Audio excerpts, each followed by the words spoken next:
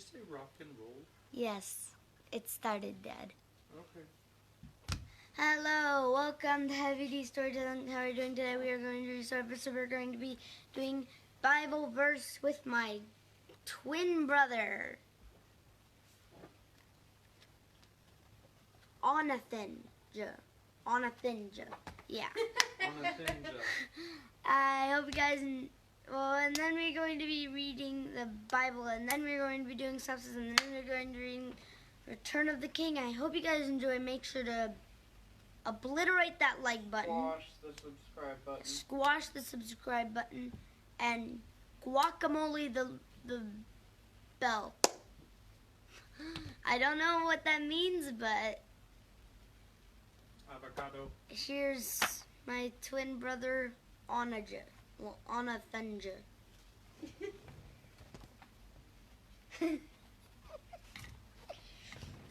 Hi. You guys wear the same clothes. Yes. Have the same haircut. Yes. Have the same creepy eyes. Yes. Yes. Okay, read your So verse. the verse is right here. I have hope in God which they themselves also accept, that there will be resurrection of the dead, both of the just and the unjust. Where is that found? Hebrews. Acts. No, Acts. I get Hebrews and Acts mixed up. Acts. 24:15. Yeah, Acts 24:15 and back. Now we are going to be doing a little segment that no one knows about. It's perfect now. Oh, you just pulled out the light. Bum, bum, Hey, can I sit down, please? Okay. All right. Sorry, we're having technical difficulties. Okay, so, Difficulties. Hi. all right. Sorry about this. He's comfortable. All right. So, JJ doesn't actually get Hebrews and Acts mixed up. It's just that yesterday was Hebrews. Okay, JJ, this isn't going to work. JJ? Okay, hi. All right, settle down. All right, it's just that yesterday's verse was from Hebrews and today's verse is from Acts, so he just had Hebrews on his mind, even though he copied from Acts. Of course, the verse is Acts, what did I say, 24:15. So we've started a new thing where we're writing a verse as a family together on these wonderful little composition books that I got the other day. So that is what the Bible verse of the day is all about. So now we are on to Acts chapter 5. Yes, we're still in Acts. Haha. Chapter 5. This is the English Standard Version. I don't see Bibles out. I see one Bible out. Mom doesn't. No, Mom had her Bible out. She just couldn't reach it. You have it? Yes. Okay. And we're waiting for JJ to come back.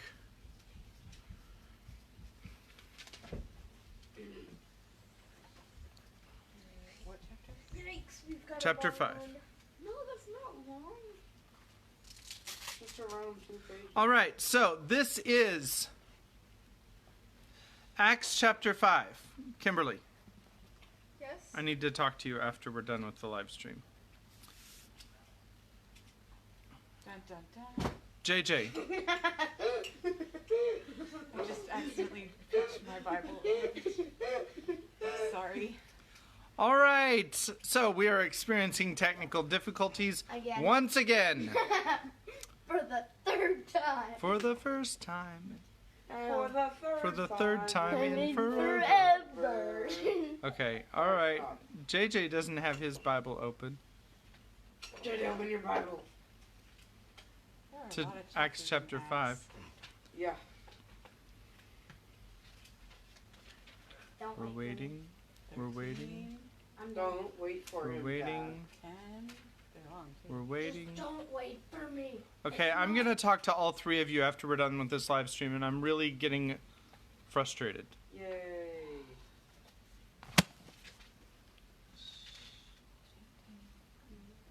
Okay, I found it. Don't need me to frustrate you, I'm sorry. Ready. This is the English Standard Version. Let me begin. But a man named Ananias, with his wife Sapphira, sold a piece of property. Remember, everybody had all this communal stuff, and everything was hunky-dory. This is the passage, or the paragraph that we just read is how the socialists all try to pretend like the Bible preaches that everybody should give everything to the government, but remember that this is not the government, this is the church. So, and it's all voluntary. A man named Ananias, with his wife Sapphira, sold a piece of property, and with his wife's knowledge he kept back for himself some of the proceeds, and brought only a part of it, and laid it at the apostles' feet. But Peter said, Ananias, why has Satan filled your heart to lie to the Holy Spirit, and to keep back for yourself part of the proceeds of the land? While it remained unsold, did it not remain your own? And after it was sold, was it not at your disposal? Why is it that you have contrived this deed in your heart? You have not lied to man, but to God. When Ananias heard these words, he fell down and breathed his last. And great fear came upon all who heard of it. The young men rose and wrapped him up and carried him out and buried him. After an interval of about 3 hours, his wife came in, not knowing what had happened. And Peter said to her, Tell me whether you sold the land for so much. And she said, Yes, for so much. But Peter said to her, How is it that you have agreed together to test the Spirit of the Lord? Behold, the feet of those who have buried your husband are at the door, and they will carry you out. Immediately she fell down at his feet and breathed her last. When the young men came in, they found her dead, and they carried her out and buried her beside her husband. And great fear came upon the whole church and upon all who heard of these things. Now many signs and wonders were regularly done among the people by the hands of the apostles, and they were all together in Solomon's portico. None of the rest dared join them, but the people held them in high esteem. And more than ever believers were added to the Lord, multitudes of both men and women, so that they even carried out the sick into the streets and laid them on cots and mats, that as Peter came by, at least his shadow might fall on some of them. The people also gathered from the towns around Jerusalem, bringing the sick and those afflicted with unclean spirits, and they were all healed. But the high priest rose up, and all who were with him, that is, the party of the Sadducees, and filled with jealousy, they arrested the apostles and put them in the public prison. But during the night an angel of the Lord opened the prison doors and brought them out, and said, Go and stand in the temple, and speak to the people all the words of this life. And when they heard this, they entered the temple at daybreak and began to teach. Now when the high priest came, and those who were with him, they called together the council, all the senate of the people of Israel, and sent to the prison to have them brought. But when the officers came, they did not find them in the prison. So they returned and reported, We found the prison securely locked and the guards standing at the doors, but when we opened them, we found no one inside. Now when the captain of the temple and the chief priests heard these words, they were greatly perplexed about them, wondering what this would come to. And someone came and told them, Look, the men whom you put in prison are standing in the temple and teaching the people. Then the captain with the officers went and brought them, but not by force, for they were afraid of being stoned by the people. And when they had brought them, they set them before the council, and the high priest questioned them, saying, "We strictly charged you not to teach in this name, yet here you have filled Jerusalem with your teaching, and you intend to bring this man's blood upon us." But Peter and the apostles answered, "We must obey God rather than men. The God of our fathers raised Jesus, whom you killed by hanging him on a tree. God exalted him at his right hand as leader and savior to give repentance to Israel and forgiveness of sins. And we are witnesses to these things, and so is the Holy Spirit, whom God has given to those who obey him." When they heard this, they were enraged and wanted to kill them. But a Pharisee in the council named Gamaliel, a teacher of the law, held in honor by all the people, stood up and gave orders to put the men outside for a little while. And he said to them, "Men of Israel," that's why I said to the men, because it says to them, "Men of Israel, take care what you are about to do with these men. For before these days, Theodas rose up claiming to be somebody, and a number of men, about 400, joined him. He was killed, and all who followed him were dispersed and came to nothing. After him, Judas the Galilean rose up in the days of the census and drew away some of the people after him. He too perished, and all who followed him were scattered. So in the present case, I tell you, keep away from these men and let them alone. For if this plan or this undertaking, is of man, it will fail. But if it is of God, you will not be able to overthrow them. You might even be found opposing God." So they took his advice. And when they had called in the apostles, they beat them and charged them not to speak in the name of Jesus, and let them go. Then they left the presence of the council, rejoicing that they were counted worthy to suffer dishonor for the name. And every day in the temple and from house to house they did not cease teaching and preaching that the Christ is Jesus. And that is the end of Acts chapter 5. And tomorrow we will read Acts chapter 6, which is quite a bit shorter. We might... 7 is very long. I was going to say we might try to read 6 and 7 together because they kind of go together. But more to follow on that. All right, so in the last chapter of The Lord of the Rings, The Return of the King, we read about the Battle of the Pelennor Fields, in which the Rohirrim charged through, and while fighting the Lord of the Nazgul, Theoden was killed by the Nazgul. And we found out that Durnhelm was really Eowyn, and Eowyn was also killed by the Nazgul. Exactly. She was knocked out. And then they thought, "Oh no, she's dead." What Do you want to?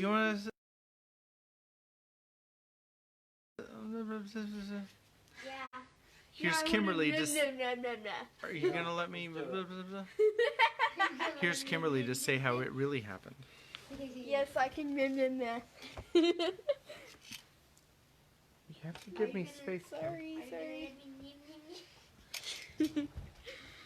So what happened was, Durnhelm, aka Eowyn, she completely killed the Nazgul's bride, I guess. It's kind of like a dragon horse hybrid thing.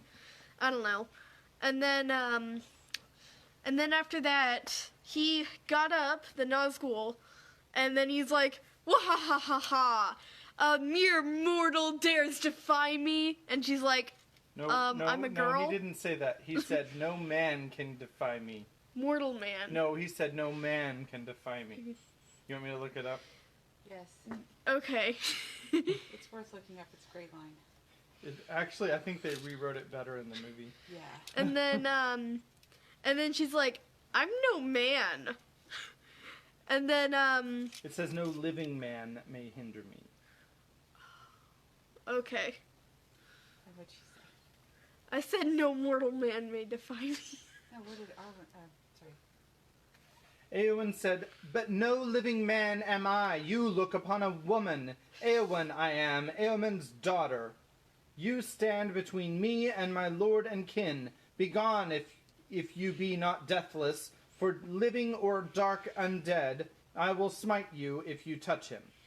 It is a lot better in the movie, honestly. We'll get there. And then I think he broke the Nazgul broke her arm, and she got knocked back, and he was like standing over her about to kill her, and then it was Mary, right? Yeah. Mary, he attacked him, and In the back of his knee. yeah. With the elf sword that he carried No, around. it was a sword from Gondor, I think, like the old kingdom. and then that distracted the Nazgul, and she killed it. And then it just went like poof. Its cloak like fell down, and its crown fell down, and then it went away. And then she I think she passed out, and then the king died. He had a moment with Mary first. He like talked for a bit, and then he crowned his heir, and then he's like, "Oh no, Eowyn's dead, no!" And then they bring the king and Eowyn, and they act like they're dead, and the king is dead, so not far off. And then they take him over to the city, and then the guy at the gate's like, "Wait, she's not dead." And I think that's about where we left off. She dies later. Yep. Yes, she does later. It's an old Gondorian sword. I haven't found it yet. I'm looking. It disintegrated after he... Yeah. That's where I remember hearing that it was from Gondor. Okay, so let's. Okie dokie. Story. All right, so we're on chapter 7.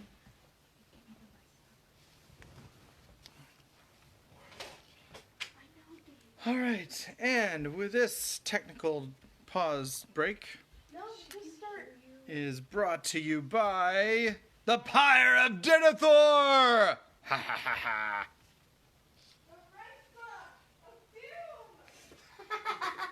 Okay, that was I don't know if you guys can hear that, but she just, from downstairs, she said the rice sock of doom. And I have to The rice apologize. sock. I'm recovering of from doom. an injury. I don't know if they can hear you. Not doing that Well, well. let's say what I just said. The rice sock of doom. It's on its way. Just wait, and it will be here.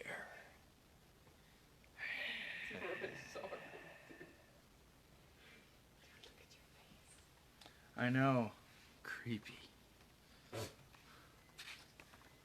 Alright.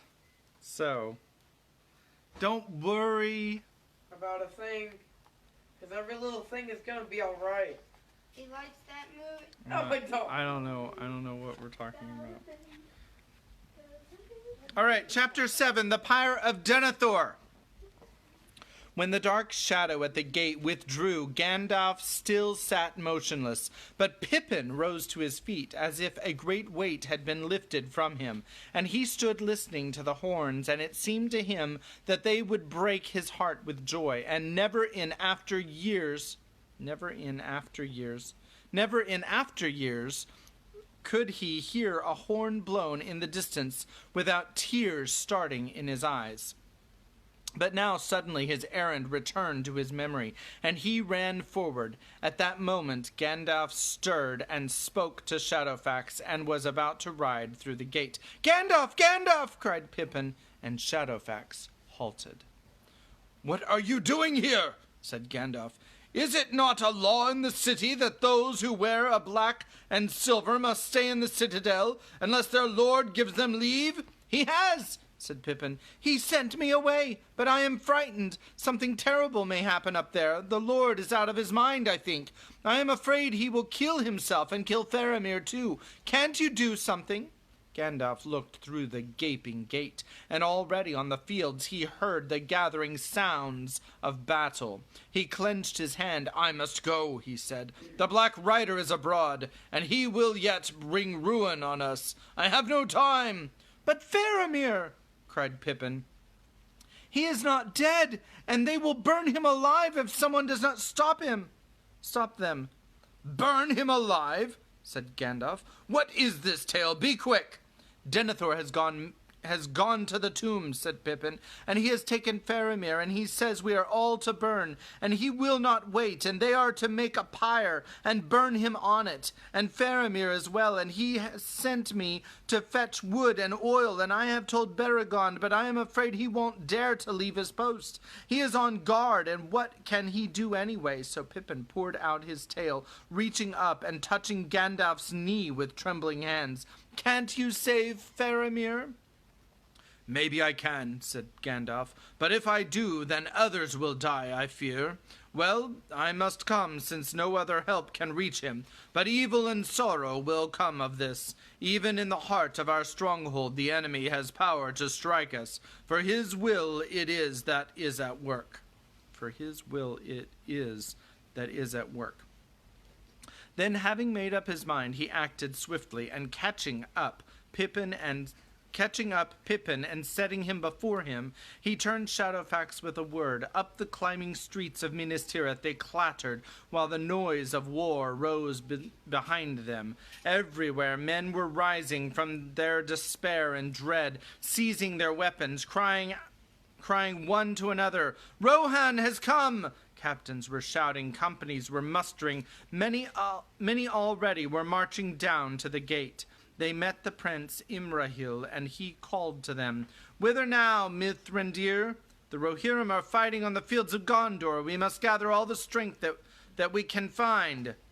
"You will need every man and more," said Gandalf. "Make all haste! I will come when I can, but I have an errand to the Lord Denethor that will not wait.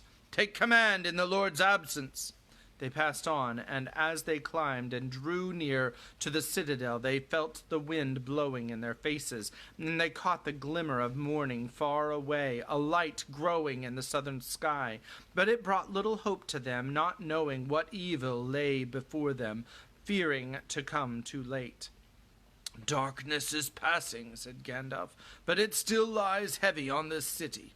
At the gate of the citadel they found no guard. "Then Beregond has come," said Pippin more hopefully. They turned away and hastened along the road to the closed door. It stood wide open, and the porter lay before it. He was slain, and his key had been taken. "Work of the enemy," said Gandalf. "Such deeds he loves. Friend at war with friend, loyalty divided in confusion of hearts." Now he dismounted and bade Shadowfax return to his stable. "For my friend," he said, "you and I should have ridden to the fields long ago, but other matters delay me. Yet come swiftly if I call." They passed the door and walked on down the steep, winding road. Light was growing, and the tall columns and carven figures beside the way went slowly by the gray ghosts. Suddenly the silence was broken, and they heard below them cries and the ringing of swords, such sounds as had not been heard in the hallowed places since the building of the city. At last they came to Rath-Dinen and hastened toward the house of the stewards, looming in the twilight under its great dome. "Stay! Stay!" cried Gandalf, springing forward to the stone stair before the door. "Stay this madness!"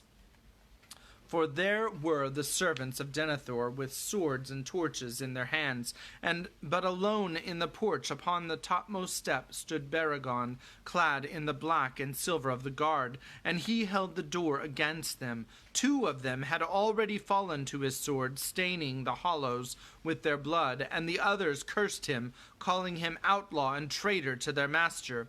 Even as Gandalf and Pippin ran forward, they heard from within the house of the dead the voice of Denethor crying, "Haste! Haste! Do as I have bidden! Slay me and this renegade, or must I do so myself?" Thereupon the door which Beregond held shut with his left hand was wrenched open, and there before him stood the lord of the city, tall and fell. A light like shame was in his eyes, and he held a drawn sword. But Gandalf sprang up the steps, and the men fell back from him and covered their eyes, for his coming was like the incoming of a white light into a dark place, and he came with a great anger. He lifted up his hand, and in the very stroke the sword of Denethor flew up and left his grasp, and fell behind him in the shadows of the house, and Denethor stepped backward before Gandalf as one amazed. "What is this, my lord?" said the wizard. "The houses of the dead are no place for the living. And why do men fight here in the Hallows when there is war enough before the gate, or has our enemy come even to Rath-Dinen? Since when does the Lord of Gondor been answerable to thee?" said Denethor. "Or may I not command my own servants?" "You may," said Gandalf. "But others may contest your will when it is turned to madness and evil. Where is your son Faramir?" "He lies within," said Denethor, "burning, already burning. They have set a fire in his flesh, but soon all shall be burned. The west has failed. It shall go up in a great fire, and all shall be ended. Ash and smoke blown away on the wind." Then Gandalf, seeing the madness that was on him, feared that he had already done some evil deed, and he thrust forward with Beregond and Pippin behind him, while Denethor gave back until he stood beside the table within. But there they found Faramir, still dreaming in his fever, lying upon the table. Wood was piled under it, and high all about it, and all was drenched with oil, even the garments of Faramir and the coverlets, but as yet no fire had been set to the fuel. Then Gandalf revealed the strength that lay hid in him, even as the light of his power was hidden under his grey mantle. He leapt up onto the logs, and raising the sick man lightly, he sprang down again and bore him toward the door. But as he did so, Faramir moaned and called on his father in his dream. Denethor started as one waking from a trance, and the flame died in his eyes, and he wept, and he said, "Do not take my son from me, he calls for me."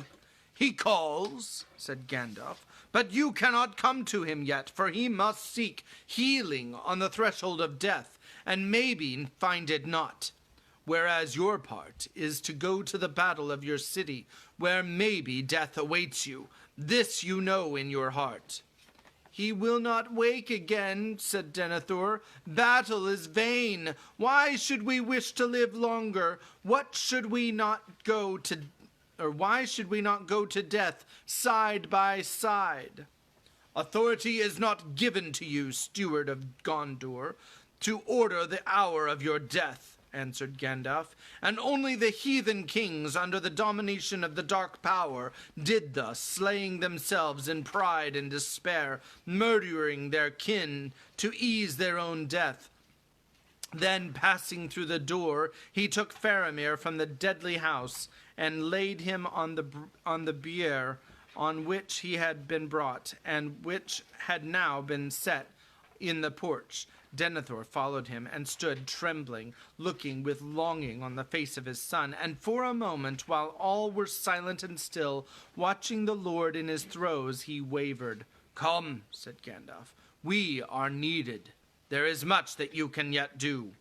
Then suddenly Denethor laughed. He stood up tall and proud again, and stepping swiftly back to the table, he lifted from it the pillow on which his head had lain. Then, coming to the doorway, he drew aside the covering, and lo, He had between his hands a palantir, and he held it up, it seemed, to those that looked on the globe, began to glow with an inner flame, so that the lean face of the Lord was lit as with a red fire, and it seemed cut out of hard stone, sharp with black shadows, noble, proud, and terrible.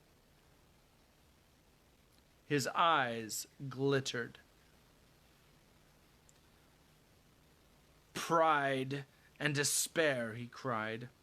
"Didst thou think that the eyes of the White Tower were blind? Nay, I have seen more than thou knowest, grey fool, for thy hope is but ignorance. Go then and labor in healing. Go forth and fight, vanity. For a little space you may triumph on the field for a day, but against the power that now arises there is no victory. To this city only the first finger of his hand has yet been stretched. All the east is moving, and even now the wind of thy hope cheats thee and wafts up Anduin at fleet with black sails. The west has failed. It is time for all to depart who would not be slaves." "Such counsels will make the enemy's victory certain indeed," said Gandalf. "Hope on, then," laughed Denethor. Excuse me. "Do I not know thee, Mithrandir? Thy hope is to rule in my stead, to stand behind every throne, north, south, or west. I have read thy mind and its policies. Do I not know that you commanded this halfling here to keep silence, that you brought him hither to be a spy within my very chamber, and yet in our speech together I have learned the names and purpose of all thy companions. So, with the left hand thou wouldst use me for a little while as a shield against Mordor, and with the right bring up this ranger of the north to supplant me. But I say to thee, Gandalf, Mithrandir, I will not be thy tool. I am steward of the house of Anorian. I will not step down to be the dotard chamberlain of an upstart. Even were his claim proved to me, still he comes but of the line of Isildur. I will not bow to such a one, last of a ragged house, long bereft of lordship and dignity." "What then would you have?" said Gandalf, "if your will could have its way?" "I would have the things as they were in all the days of my life," answered Denethor, "and in the days of my long fathers before me, to the Lord of the City in peace.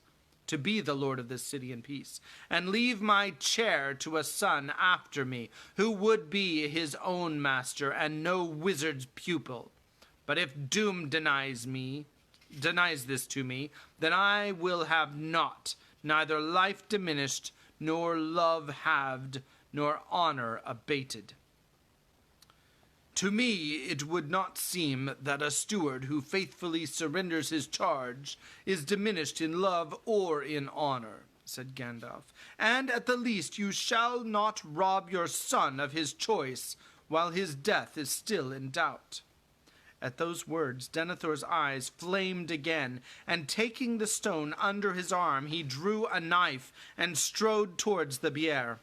But Baragon sprang forward and set himself before Faramir. "So," cried Denethor, "thou hadst already stolen half my son's love. Now thou sealest the hearts of my knights also, so that they rob me wholly of my son at the last. But in this at least thou shalt not defy my will, my rule, to rule my own end. Come hither," he cried to his servants. "Come if you are not all recreant." Then two of them ran up the steps to him. Swiftly he snatched a torch from the hand of one and sprang back into the house. Before Gandalf could hinder him, he thrust the brand amid the fuel, and at once it crackled and roared into flame.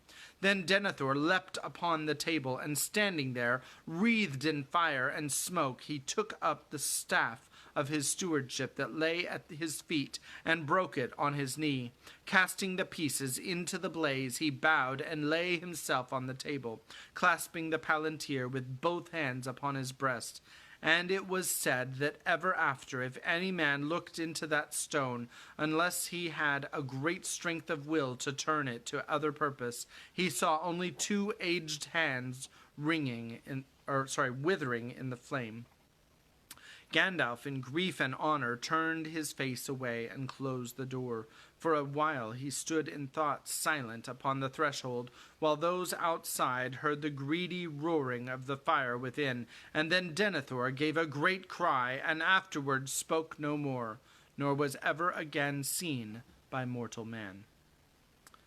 "So passes Denethor, son of Ecthelion," said Gandalf. Then he turned to Beregond and the Lord's servants that stood there aghast.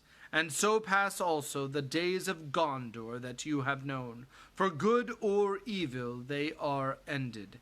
Ill deeds have been done here, but let now all enmity that lies between you be put away, for it was contrived by the enemy, and works his will. You have been caught in a net of warring duties that you did not weave. But think, you servants of the Lord, blind in your obedience, that but for the treason of Beregond, Faramir, captain of the White Tower, would now also be burned. Bear away from this unhappy place your comrades who have fallen, and we will bear Faramir, steward of Gondor, to a place where he can sleep in peace, or die if that be his doom." Then Gandalf and Beregond, taking up the bier, bore it away toward the houses of healing, while behind them walked Pippin with downcast head. But the servants of the Lord stood gazing as stricken men in the house of the dead, and even as Gandalf came to the end of Rath-Dinen, there was a great noise. Looking back, they saw the dome of the house crack, and smokes issue forth, and then, with a rush and rumble of stone, it fell in a flurry of fire. But still unabated, the flames danced and flickered among the ruins. Then, in terror, the servants fled and followed Gandalf. At length they came back to the steward's door, and Beregond looked with grief at the porter. "This deed shall ever rue," he said, "but a madness of haste was on me, and he would not listen, but drew sword against me." Then, taking the key that he had wrested from the slain man, he closed the door and locked it. "This should now be given to the Lord Faramir," he said. "The Prince of Dol Amroth is in command in the absence of the Lord," said Gandalf. "But since he is not here, I must take this on myself. I bid you keep the key and guard it until the city is set in order again." Now at last they passed into the high circles of the city, and in the light of morning they went their way toward the houses of healing, and these were fair houses set apart for the care of those who were grievously sick. But now they were prepared for the tending of men hurt in battle or dying. They stood not far from the citadel gate in the sixth circle, nigh to the southward wall, and about them was a garden and greensward with trees, the only such place in the city. There dwelt the few women that had been permitted to remain in Minas Tirith, since they were skilled in healing or in the service of the healers. But even as Gandalf and his companions came carrying the bier to the main door of the houses, they heard a great cry. Wow. That went up from the field before the gate, and rising shrill and piercing into the sky, passed and died away on the wind. So terrible was the cry that for a moment all stood still, and yet when it had passed, suddenly their hearts were lifted up in such a hope as they had not known since the darkness came out of the east, and it seemed to them that the light grew clear and the sun broke through the clouds. But Gandalf's face was grave and sad, and bidding Beregond and Pippin to take Faramir into the houses of healing, he went up on to the walls nearby, and there, like a figure carven in white, he stood in the new sun and looked out, and he beheld with the sight that was given to him all that had befallen. And when Éomer rode out from the forefront of his battle, and stood beside those who lay upon the field, he sighed, and he cast his cloak about him again, and went from the walls. And Beregond and Pippin found him standing in thought before the door of the horses when they came out.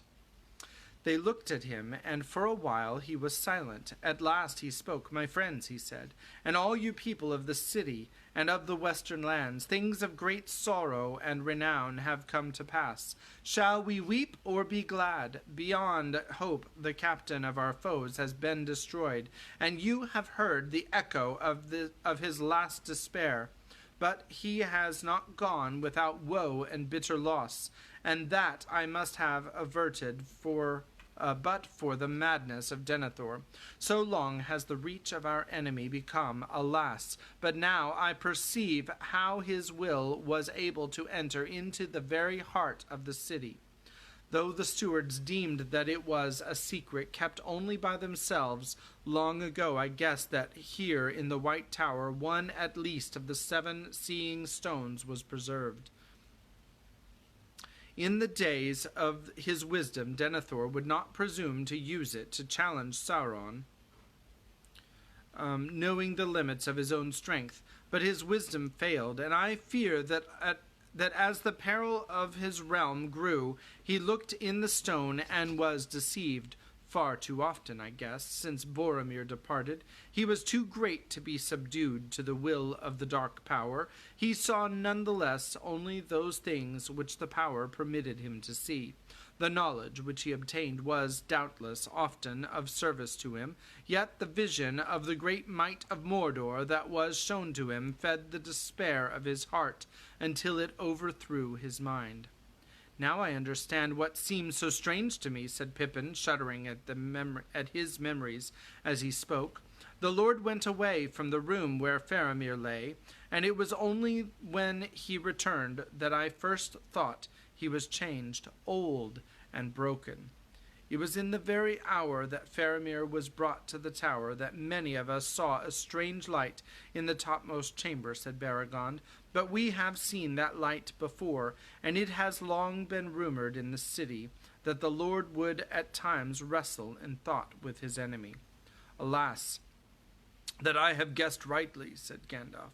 "Thus the will of Sauron entered into Minas Tirith, and thus I have been delayed here, and here I shall still be forced to remain, for I shall soon have other charges, not Faramir only. Now I must go down to meet those who come. I have seen a sight upon the field that is very grievous to my heart, and greater sorrow may yet come to pass. Come with me, Pippin, but you, Beregond, should return to the citadel and tell the chief of the guard there what has befallen. It will be his duty, I fear, to withdraw you from the guard. But say to him that, if I may give him counsel, you should be sent to the houses of healing, to be the guard and servant for your captain, and to be at his side when he awakens, if that shall ever be again. For by you he was saved from the fire. Go now. I shall return soon." With that he turned away, and went with Pippin down toward the lower city, and even as they hastened on their way, the wind brought a grey rain, and all the fires sank, and there arose a great smoke before them. That is the end of chapter 7, and tomorrow we'll read chapter 8, the houses of healing, and the first word is A. Looks like Daniel's asleep, and this one's a little bit longer than the last few that we've done. All right, I hope you're enjoying the story. God bless you. Have a great night. We will see